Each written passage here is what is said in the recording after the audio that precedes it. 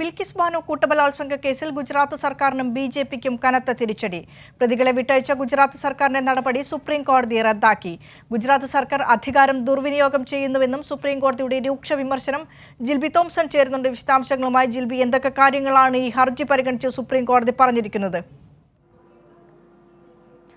വിനീഷ, ബിൽക്കിസ് ബാനു കൂട്ടബലാത്സംഗ കേസിലെ 11 പ്രതികളെയും വിട്ടച്ച ഗുജറാത്ത് സർക്കാരിൻ്റെ ഉത്തരവ് അംഗീകരിക്കാനാവില്ല, അല്ലെങ്കിൽ ആ ശിക്ഷാ ഇളവ് ഇപ്പോൾ സുപ്രീം കോടതി റദ്ദാക്കിയിരിക്കുകയാണ്. അതായത് ബിൽക്കിസ് ബാനു നൽകിയ ഹർജി നിലനിൽക്കുമോ, സർക്കാർ നൽകിയ ഉത്തരവിൻ്റെ നിയമസാധുത, അതുപോലെ തന്നെ ഈ പ്രതികളെ വിട്ടയച്ചതിൻ്റെ നിയമപരമായ കാര്യങ്ങളൊക്കെയായിരുന്നു ഇന്ന് സുപ്രീം കോടതി പരിശോധിച്ചത്. ഏകദേശം 11 ദിവസത്തെ വിശദമായ വാദം കേട്ടതിന് ശേഷമാണ് ഇപ്പോൾ സുപ്രീം കോടതി ഈ കേസിൽ വിധി പറഞ്ഞിരിക്കുന്നത്. ജസ്റ്റിസ് ബി.വി. നാഗരത്ന അധ്യക്ഷനായ ബെഞ്ചാണ് ഈ കേസിൽ വിധി പറഞ്ഞത്. അതായത് പ്രധാനമായിട്ടും പറഞ്ഞ കാര്യം, ഈ ശിക്ഷ ഇളവ് നൽകാനുള്ള ഉത്തരവ് അല്ലെങ്കിൽ അതിനുള്ള അധികാരം ഗുജറാത്ത് സർക്കാരിനില്ല. കാരണം സംഭവം നടന്നത് ഗുജറാത്തിലാണെങ്കിലും ഇതിൻ്റെ വിചാരണ പൂർണ്ണമായിട്ടും നടന്നത് മഹാരാഷ്ട്രയിലാണ്.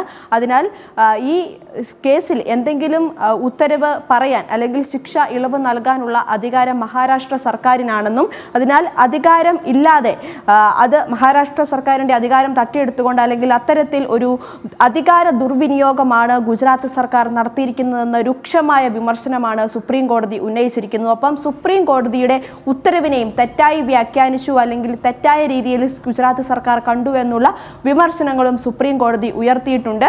ഒപ്പം ബിൽക്കിസ് ബാനു, അതുപോലെ തന്നെ CPIM നേതാവ് സുഭാഷിണി അലി, TMC നേതാവ് മഹുമാ മൊയ്ത്ര അടക്കമുള്ളവർ നൽകിയ ഹർജികളിലാണ് ഇന്നിപ്പോൾ വിധി പ്രസ്താവിച്ചിരിക്കുന്നത്. ഇവർ നൽകിയ ഹർജികളെല്ലാം നിലനിൽക്കുമെന്നും ഇപ്പോൾ സുപ്രീം കോടതി വ്യക്തമാക്കിയിട്ടുണ്ട്. ഗുജറാത്ത് സർക്കാർ പ്രതികളോടൊപ്പം കൂട്ടുനിന്നു. പ്രതികളുമായിട്ട് ഒത്തുകളിച്ചുകൊണ്ട് സുപ്രീം കോടതിയിലടക്കം കുറ്റവാളികൾ തെറ്റായ തെളിവുകളാണ് നൽകിയത് എന്നുള്ള കാര്യങ്ങളും സുപ്രീം കോടതി വ്യക്തമാക്കുകയുണ്ടായി.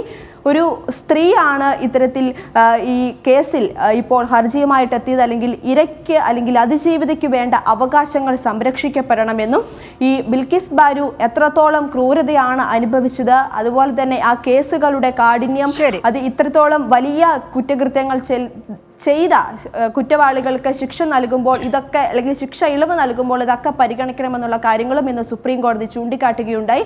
എന്തായാലും ഗുജറാത്ത് സർക്കാരിൻ്റെ ശിക്ഷ ഇളവ് നൽകിയ 11 പ്രതികൾക്കും ശിക്ഷ ഇളവ് നൽകിയ ഉത്തരവ് സുപ്രീം കോടതി റദ്ദാക്കിയിരിക്കുകയാണ്. വിനീഷ. ശരി, ജിൽബി തോംസൺ ആണ് വാർത്തയുടെ വിശദാംശങ്ങൾ നൽകി വന്നത്.